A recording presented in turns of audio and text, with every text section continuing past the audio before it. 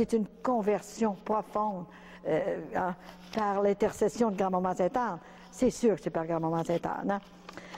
Et quand je vous dis, vous n'avez pas oublié, une fois, j'avais eu un message à Sainte-Anne-de-Beaupré. Je ne sais pas, elle en a tellement donné, hein?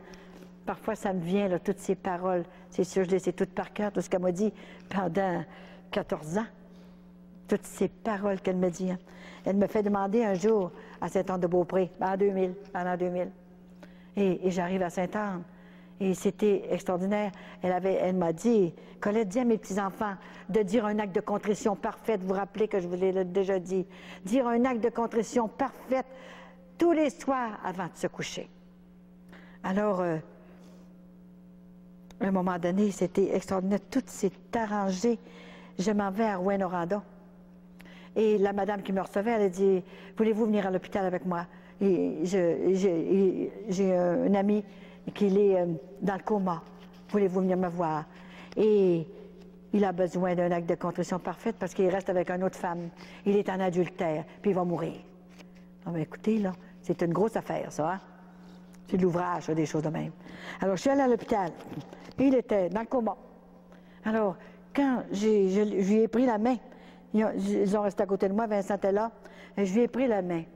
Puis là, j'ai dit, monsieur, écoutez-moi bien. Si vous m'entendez, vous serrez un petit peu. Vous bougez seulement vos doigts, après ma main là, que je prends. Là, hein. Et j'ai dit, je vais vous faire un acte de contrition parfaite. Je vais la faire pour vous. Écoutez-moi bien. Si vous comprenez, vous faites juste un petit signe comme ça. Puis il était dans le coma.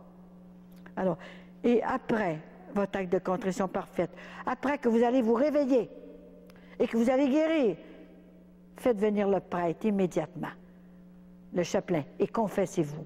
Et retournez avec votre vraie femme que vous avez promis devant Dieu.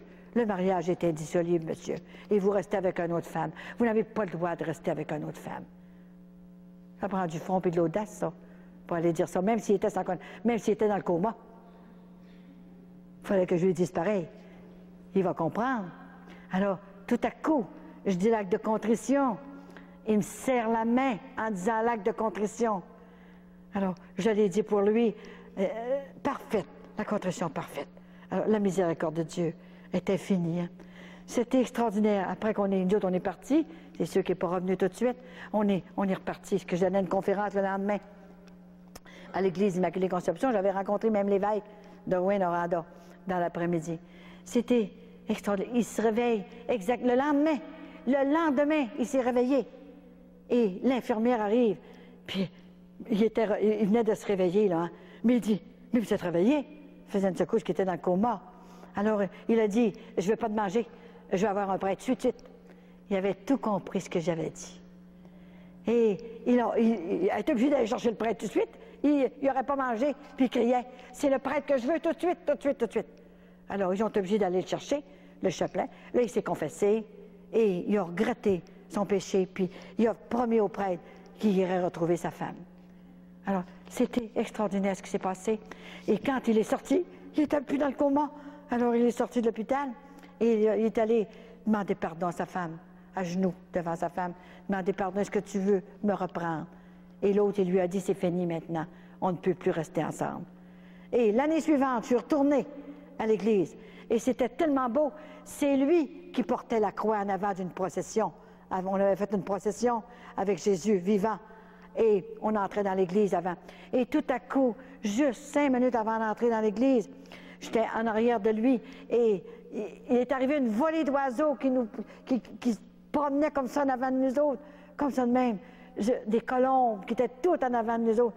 C'était extraordinaire. Tu t'en rappelles, Vincent? Il pourrait vous en dire des choses, lui aussi. Il a tout vu ça, lui. Il est au courant de tout ce que j'ai vu, de tout ça. Des fois, il se demande comment je fais pour tout faire ça, là. C'est sûr, hein? C'est une mission qui n'a jamais existé sur la terre. Et c'est une mission de témoignage dans la simplicité d'un enfant. Il faut devenir comme des enfants si on veut entrer dans le paradis. Et ce qui veut nous faire entrer au ciel, c'est la foi. On ne peut pas rentrer si on n'a pas la foi. Et nos frères et nos sœurs ont perdu la foi. Alors, il faut aller les chercher. Moi, un jour, je lui ai dit, vous savez, c'est sûr que je me suis obstinée longtemps avec elle. Ça a pris 3 fois avant quand elle me le demandait, par 3 fois, pour que je dise mon oui d'amour. C'est quand elle m'a offert, si tu dis ton oui d'amour, tu ne seras plus jamais fatiguée. Moi qui étais toujours à moitié morte. C'était un gros cadeau, ça. Puis être jamais fatiguée. Ouais, il faut réfléchir un peu, là. Ça doit être plaisant d'être jamais fatiguée, puis de tout faire ce que je fais. Et en fait, quand j'ai dit mon oui d'amour, hein, c'est sûr. Mais il y a tellement de choses depuis ce temps-là qui se sont produites. Et c'est tous les jours, hein. C'est tous les jours qu'il arrive des choses de même. Ça m'appelait toute la journée aujourd'hui, là. Puis c'était des guérisons. Mais vous ne me les avez pas écrits. Je vais vous les écrire, là.